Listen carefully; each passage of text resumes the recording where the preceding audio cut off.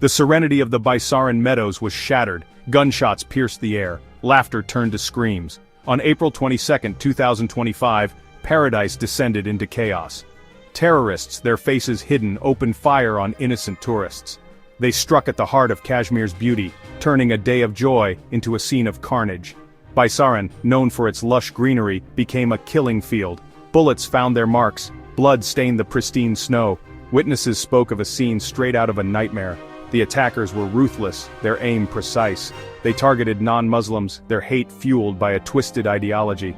Among the victims were families on vacation, young couples celebrating love, and individuals seeking solace in nature. Their dreams were cut short, their lives extinguished in a senseless act of violence.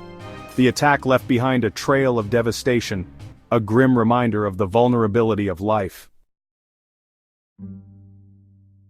The aftermath was a scene of chaos and grief. The death toll climbed steadily. 26 lives were lost, including Lieutenant Vinay Narwal, a young Navy officer on leave after his wedding.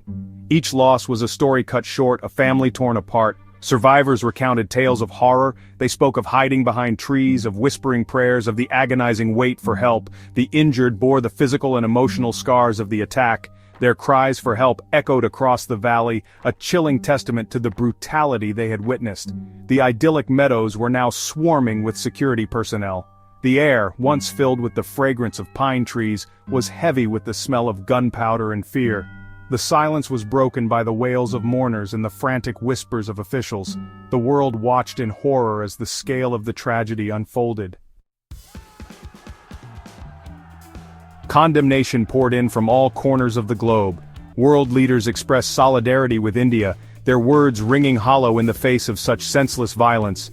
Prime Minister Modi, cutting short his foreign visit, vowed swift justice. Home Minister Amit Shah rushed to Srinagar, promising retribution. Security forces launched a massive manhunt.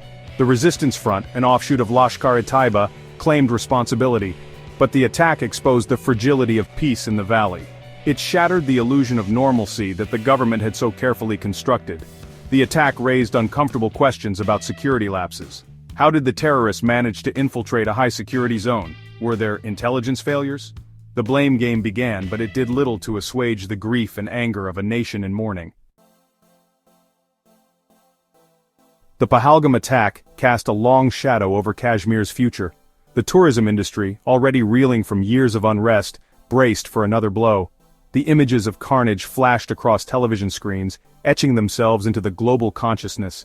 The attack deepened the sense of insecurity among Kashmiris. It reinforced the belief that violence was an inescapable reality of their lives. The peace they yearned for seemed more elusive than ever.